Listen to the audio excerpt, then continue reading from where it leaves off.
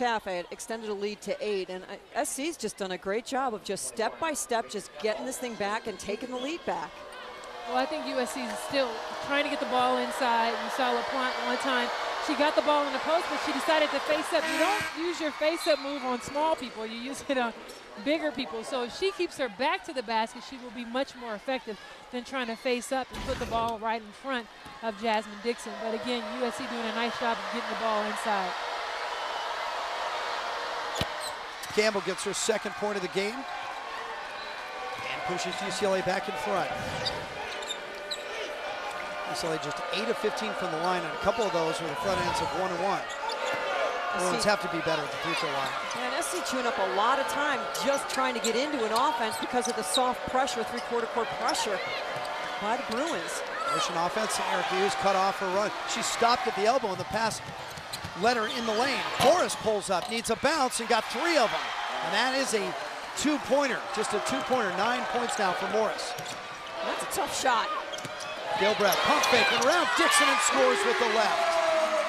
That's a nice job. Ashley Carell pushing the ball back. As soon as UCLA scores, they get the ball. They're pushing it back down their throats, and that was a nice finish by Breon Gilbreth. And that's what she does best. Draw people to you and then explode right by you. Gilbreth's got 10 points. Good cutoff there. LaPlante jumping out on Morris, and Morris reversed inside to Markel Walker. Unable to finish. 5 minutes into the second half. Corral cruises into the front court. Hesitation, throw it up and in. Ashley Corral. I'm telling you what, her reaction time from a year ago, Jim, never would have happened. Drop the weight, the quickness, just a dramatic improvement. And confidence as well now that she's a sophomore. 15 points for Corral. This is exactly what SC did in the second half against Cal. They picked up the pace, they started running and getting baskets off of those runs and off of those turnovers. And this is what UCLA did in the second half, but they're doing it now that they did in the first half against Stanford, and that's too much one-on-one. I don't think that UCLA is sharing the ball, playing enough team basketball. They're much more effective when they move the ball around. Aarika Hughes for 3.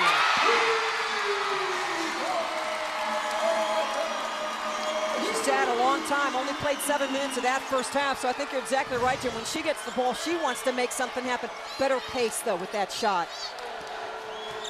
SC 44-40. Big run here to start the second half by the women of Troy.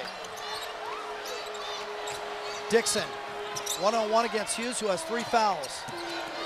Hughes jumps over on Morris. Campbell looking for an answer. My point exactly. They moved the ball around, they shared it, found a nice open shot by Darina Campbell. It was a shot that made sense within the context of their offense. Campbell has 5 points now. She didn't have a good first half. Campbell didn't have any points in the first half.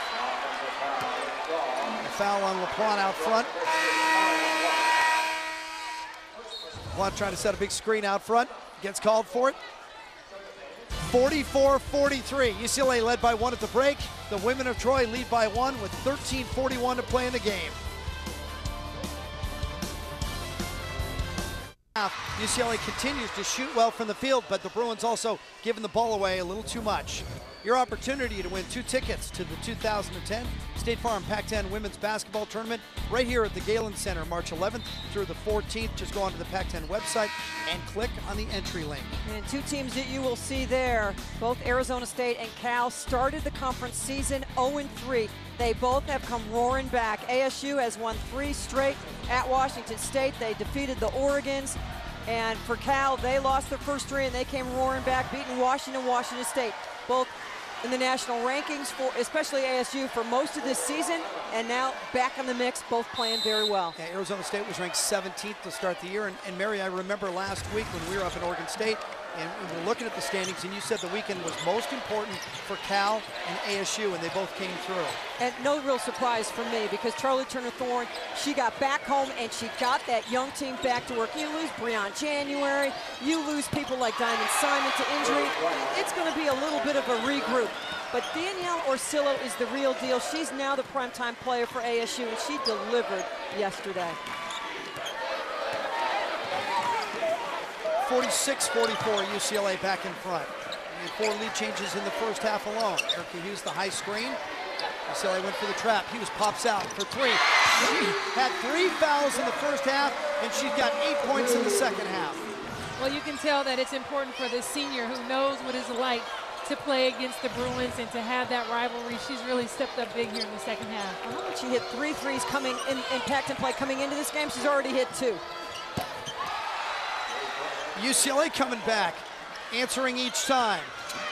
Well, Aarika Campbell was one of the players that talked about the rivalry and how excited she was about playing. So you can see she's like back at you from 3. Exactly right. Didn't waste any time. Aarika Campbell's got 8 points for the Bruins. They lead by 2. 2-3 zone by UCLA.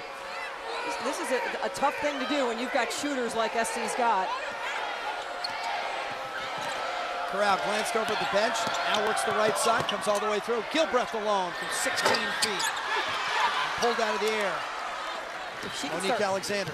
start hitting that shot, Lisa, she's got All-American written all over her. Absolutely. She's definitely going to have to increase her range. And right now it's probably 15 to 10 more in. So that 17-footer was not quite her range, but only a sophomore. She's only going to get better. Ashley Corral is SC's leader at the offensive end.